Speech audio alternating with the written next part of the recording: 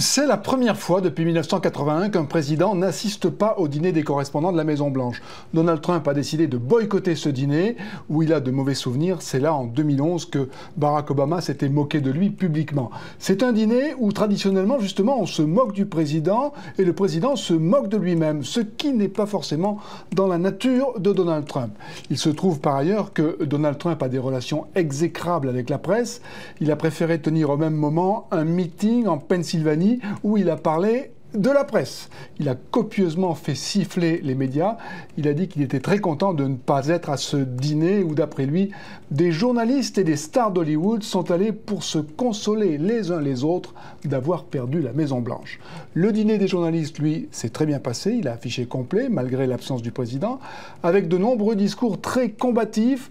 Le président de l'association qui dit « Chaque année, on parle de la liberté de la presse dans le reste du monde.